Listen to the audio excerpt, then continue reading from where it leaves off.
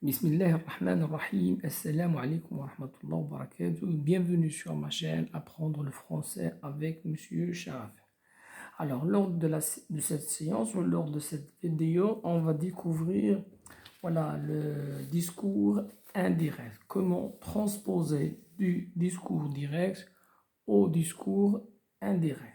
Alors, comme vous le savez bien, c'est une leçon, d'accord, qui paraît difficile, mais avec le travail et les applications, donc il sera à la portée de tout le monde. Alors, lors de cette séance, on va transformer de discours direct au discours indirect avec un verbe introducteur au passé. Comme vous le savez bien, si le verbe introducteur est au présent, le ton de la complétive ou bien le ton de la parole ne change pas. Ce qui change, ce sont les pronoms personnels sujets, les adjectifs possessifs, donc qui changent. Alors que le ton et les indicateurs temporels, pas de changement.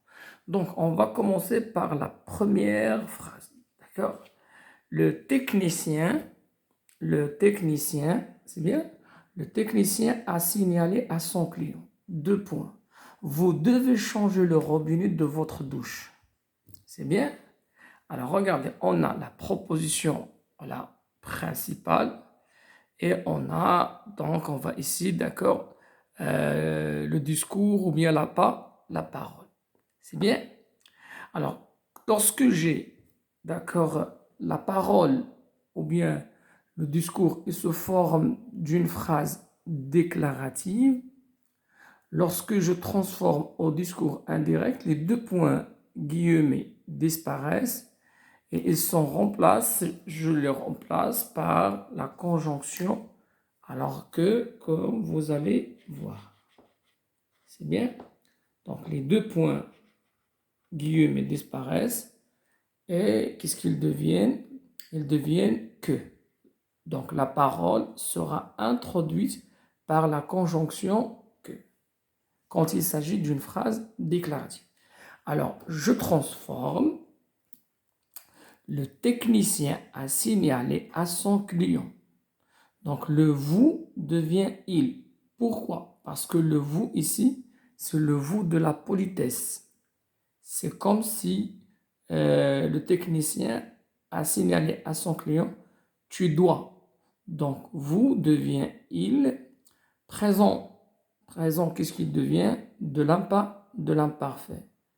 Et on a votre, donc, qui devient quoi? Sa douche. C'est bien?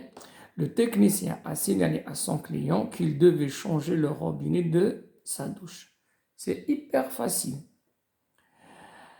Michel a affirmé à Paul. Je te copierai le CD pour améliorer le fonctionnement de ton ordinateur. Bien. Alors, Michel, le locuteur, il s'adresse à Paul. Donc, le jeu, il devient il. Alors, Michel a affirmé à Paul qu'il, te devient lui, qu'il lui copierait. Le futur devient conditionnel présent. Le CD pour améliorer le fonctionnement de son ordinateur. Et remarquez bien que le ton devient son. C'est bien? Alors ici, où est la difficulté? La difficulté, c'est ici. C'est le pronom te. Alors qui devient lui. Alors, je vais expliquer. Michel a affirmé à Paul, je copierai à qui? À toi. Donc, te ici, c'est un complément d'objet indirect. Et si te assure la fonction d'un complément d'objet indirect, alors il devient lui. Donc, c'est une règle générale. Donc, une règle générale, qu'est-ce qu'il dit? Alors, si on a me, te, qui assure la fonction d'un complément d'objet indirect, Alors, automatiquement, donc le me et le te, qu'est-ce qu'il devient? Il devient lui. C'est bien? Alors, on va continuer. Passons la troisième phrase. Philippe a expliqué à Christophe, guillemets, tu ne peux pas utiliser ce programme sur ton ordinateur. C'est bien? Donc, tu et le je devient soit il, voilà, féminin, ou bien masculin, ou bien elle, féminin. Philippe a expliqué à Christophe, c'est bien, les guillemets disparaissent et sont remplacés par que, parce que c'est une phrase. Alors comment? C'est une phrase déclarative. Alors Philippe a expliqué à Christophe qu'il, tu deviens il, qu'il présent de l'imparfait, qu'il ne pouvait pas utiliser ce programme sur son ordinateur. Et ton devient son. C'est bien? Passons à la quatrième phrase. Christophe a répondu à Philippe. Je vais m'acheter un autre programme pour l'installer sur mon PC. Donc, qu'est-ce qu'on a dit? Le je devient soit il ou bien elle. Ça dépend à qui on s'adresse. Christophe a répondu à Philippe, voilà, que je devient il, qu'il. Ici, on avait le verbe aller au présent, il devient de l'imparfait. Qu'il allait, voilà. Donc, le me ici, donc qu'il allait s'acheter. Voilà, qu'il allait s'acheter, c'est-à-dire acheter à qui? Voilà, à lui, à lui-même. Qu'il allait s'acheter un autre programme pour l'installer sur son PC. C'est bien. Alors ici, m'acheter, voilà, donc je vais m'acheter. Acheter à qui? À moi? À moi. Donc le me, il devient ce. Cinquième phrase. Mon père m'a dit, tu dois faire du sport si tu veux maigrir. Alors attention ici. Règle générale, le tu devient quoi? Il ou bien elle. Mais attention ici, on est concerné par la parole. C'est-à-dire, mon père s'adresse à qui? S'adresse à moi. D'accord? Donc le tu, ça devient je. Alors, mon père m'a dit, c'est bien, mon père m'a dit que présent devient de l'imparfait et le tu devient je. Que je devais faire des sports si je voulais maigrir. Ou bien on peut inverser l'ordre des propositions et ça devient mon père m'a dit que si je voulais maigrir, je devais faire du sport. Alors passons maintenant à la sixième, voilà, donc à la sixième phrase. Donc la sixième phrase, mon professeur m'a encouragé et m'a affirmé. Tu fais beaucoup de progrès tous les jours. Toujours, c'est une phrase déclarative. Donc, j'introduis la parole par la conjonction, voilà, que. Mon professeur m'a encouragé et m'a affirmé que tu deviens je, parce que je suis concerné par la parole, que je faisais, présent devient de l'imparfait, que je faisais beaucoup de progrès tous les jours. Alors, pour la septième phrase, ils lui ont dit, nous n'avons pas fini de rédiger notre compte rendu. C'est bien? Ils lui ont dit, donc les guillemets disparaissent. J'introduis la parole par la conjonction que, puisqu'il s'agit d'une phrase déclarative, et le nous, voilà, renvoie à il, qu'il. Voilà, ici, on a le passé composé qui devient de l'imparfait. Alors, qu'ils n'avaient pas fini de rédiger leur compte rendu. notre devient leur.